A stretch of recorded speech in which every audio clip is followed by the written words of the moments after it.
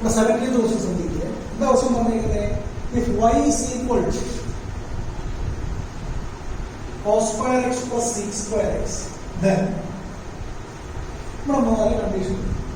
അപ്പോൾ ഇത് തന്നിരിക്കുന്ന ക്വസ്റ്റ്യൻ നമ്മൾ നേരത്തെ പറഞ്ഞായിരുന്നു a square plus b square നെ നമുക്ക് എങ്ങനെ എഴുതാം? a plus b the whole square minus 2ab എന്നോ a minus b the whole square plus 2ab എന്നോ എഴുതാം. Right? a square plus b square നെ നമുക്ക് a plus b the whole square minus 2ab എന്നോ a square plus b square plus 2ab a minus b the whole square plus 2ab. ഞാൻ ഇവിടെ ഈ cos ഇതിനെയാണ് y is equal to cos x minus sec x the whole square plus 2 into cos x sec x ആണ്. Right? a square plus b square നെ അതായത് നമ്മൾ നോക്കിയോ a minus b the whole square എന്നാ വിളിച്ചേ a square minus 2ab plus b square എന്ന് വിളിച്ചു. ഇതിൽ a square plus b square നെ നമുക്ക് എങ്ങനെ എഴുതാം? a minus b the whole square plus 2ab എന്ന് എഴുതിയില്ലേ? അതേപോലെ നമുക്ക് ഇവിടെ എഴുതാൻ പറ്റും. നോക്കിക്കോ a minus b the whole square plus 2ab.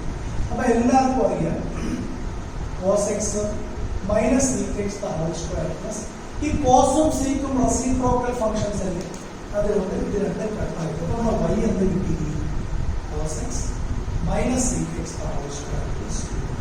ഓക്കെയാണോ? ഇനി മക്കളെ ഈ cos x minus sec x the whole square സ്ക്വയറിന് നമുക്ക് എപ്പോഴും അറിയാം ഒരു സംഖ്യയുടെ അല്ലെങ്കിൽ ഒരു ടേമിന്റെ square is always greater than or equal to 0 കൂടെ.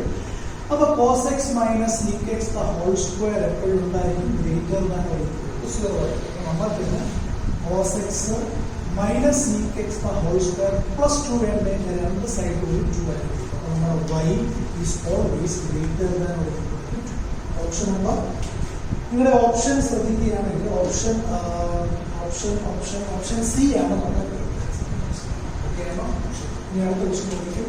അടുത്ത നിങ്ങൾ 18ാമത്തെ ക്വസ്റ്റ്യൻ മാക്സിമം വാല്യൂ ഓഫ് എന്താ ക്വസ്റ്റ്യൻ പറഞ്ഞിരിക്കുന്നത്? the maximum value of 3 cos x minus 4 sin x 3 cos x minus 4 sin x the maximum. പിന്നെ minus 4 sin x plus 3 cos x എന്ന് എഴുതിയിട്ട് ഏത് ഫോമായി?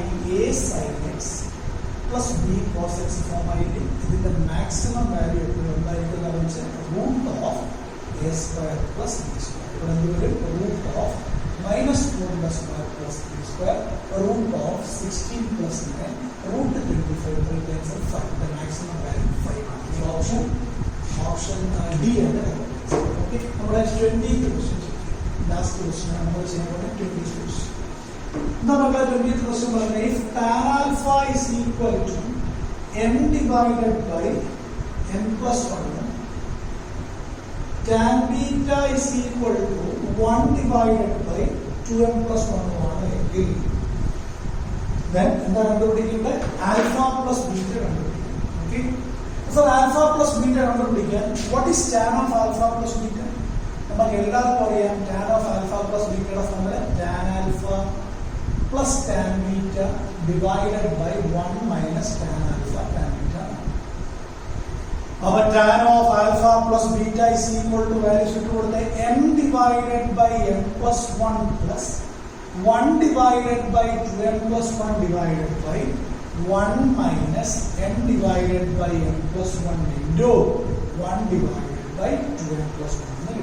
നമ്മൾ റീഅറേഞ്ച് ചെയ്തേ tan of alpha plus beta is equal to m into 2m plus 1 plus 1 into m plus 1 divided by m plus 1 into 2m plus 1 numerator വരികയും ഇതെന്ത് വരൂടെ m plus 1 into 2m plus 1 minus m divided by m plus 1 into 2m plus 1 വരികയും ചെയ്യും.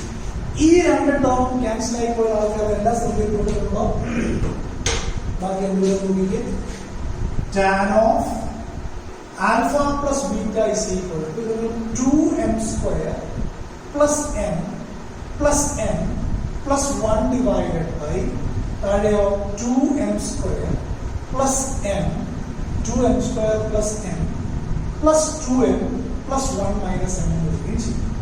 tan of alpha plus beta is equal to 2m square plus 2m plus 1 divided by again 2m square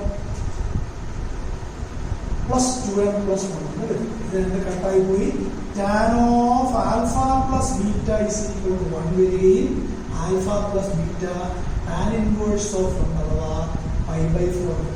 Our result is option B.